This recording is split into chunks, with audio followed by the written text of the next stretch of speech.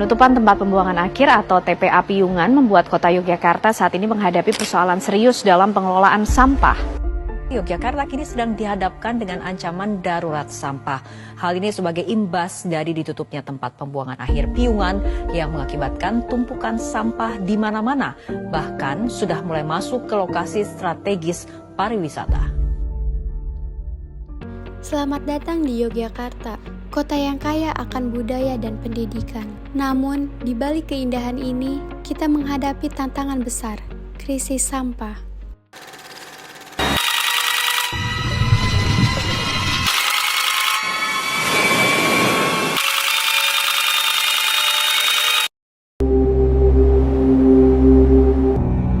Sampah merupakan suatu barang buangan yang sudah tidak memiliki nilai di dalamnya.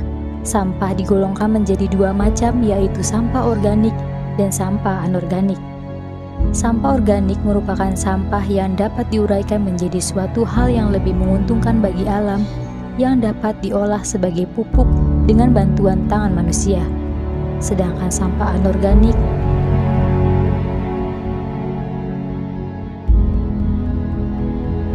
merupakan sampah yang tidak mudah diolah dan diuraikan oleh alam, yang mengakibatkan pencemaran lingkungan.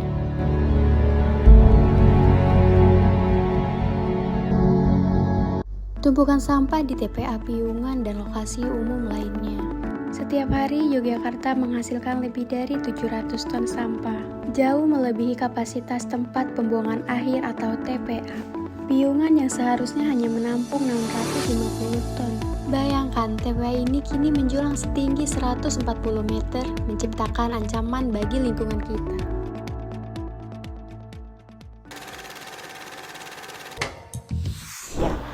Bagaimanapun kehidupan manusia memang nggak akan pernah lepas dari yang namanya sampah.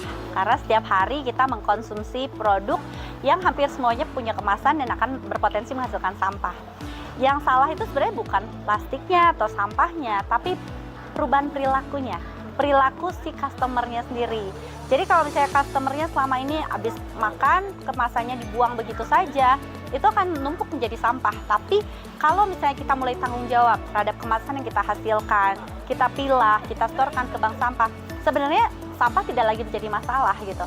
Jadi ending dari masalah sampah ini bukan sampahnya tidak ada, tapi bagaimana masyarakat mengelola sampah.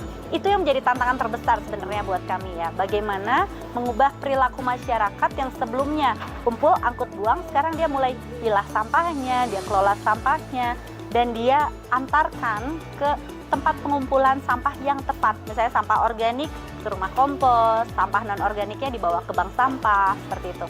Jadi bank sampah itu ada 3 pilar sebenarnya. Yang pertama, pilar lingkungan tentunya. Bagaimana kita menyadarkan masyarakat untuk peduli terhadap lingkungan. Mengelola sampah supaya jangan jadi kumuh, jangan bakar sampah, jangan buang sampah ke sungai, nah itu ke lingkungan. Yang kedua adalah pemberdayaan masyarakat.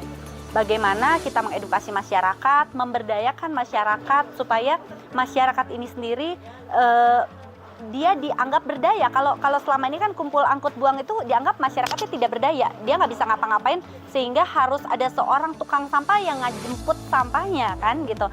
Sedangkan karena kita tahu dia berdaya, dia mampu untuk memilah sampahnya, bahkan kita ajarkan bagaimana membuat produk-produk dari sampah, bikin sabun dari minyak jelantah, bikin ekoenzim dan sebagainya. Kemudian yang ketiga adalah sirkular ekonomi. Sebenarnya sirkular ekonomi ini adalah salah satu yang memicu masyarakat itu juga mau sebagai reward lah istilahnya untuk masyarakat yang sudah memilah sampahnya. Dan tentu di sirkular ekonomi ini juga bagaimanapun sebagai badan usaha, Bank Sampah Induk ini harus punya profit ya. Walaupun jokesnya itu bukan profitable tapi profit tipis gitu ya. Bank Sampah itu profit tipis, tapi bagaimana ketiga pilar ini bisa sejalan. Masyarakat teredukasi, lingkungan kita terjaga, tapi Bank Sampah Induk ini juga bisa sustain dan terus berkembang gitu. Krisis ini bukan hanya masalah teknis, ini adalah masalah sosial dan budaya. Kesadaran masyarakat tentang pengolahan masih rendah, dan banyak inisiatif seperti bank sampah belum aktif menjangkau seluruh masyarakat. Tapi ada harapan melalui gerakan Yogyakarta Bersih. kita bisa bersama-sama mengubah keadaan. Dengan memulai dari rumah, kita dapat mengurangi volume sampah hingga 30% dalam 3 tahun ke depan.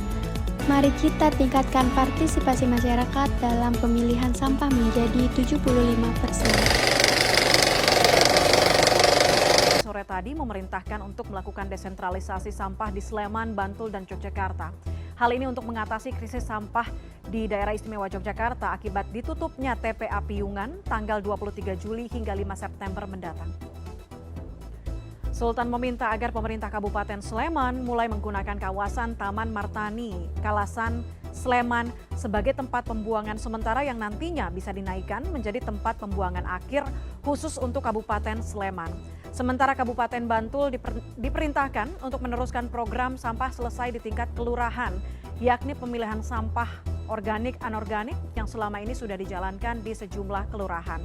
Untuk kapasitas TPA Piyungan, transisi 1 yang tersisa 10% akan digunakan oleh Kota Yogyakarta dengan kapasitas pembuangan ini maksimal 100 ton sampah per harinya. Sultan juga memerintahkan agar sampah-sampah yang menumpuk dapat diangkut dalam rentang waktu 2 hingga 3 hari ke depan. Melalui pendidikan dan kolaborasi, kita akan membangun 50 unit fasilitas pengolahan sampah di tingkat kelurahan. Mari aktifkan kembali bank-bank sampah yang ada dan bentuk yang baru. Dengan dukungan teknologi, aplikasi pengolahan sampah digital akan memudahkan kita untuk berkontribusi. Yogyakarta bersih, kita bisa. Mari bersama-sama menjaga kebersihan lingkungan. Setiap langkah kecil dari kita sangat berarti. Ingat, perubahan ada di tangan kita semua. Bergabunglah dalam gerakan ini. Mari wujudkan Yogyakarta yang bersih, sehat, dan berkelanjutan untuk generasi mendatang. Ayo mulai dari sekarang.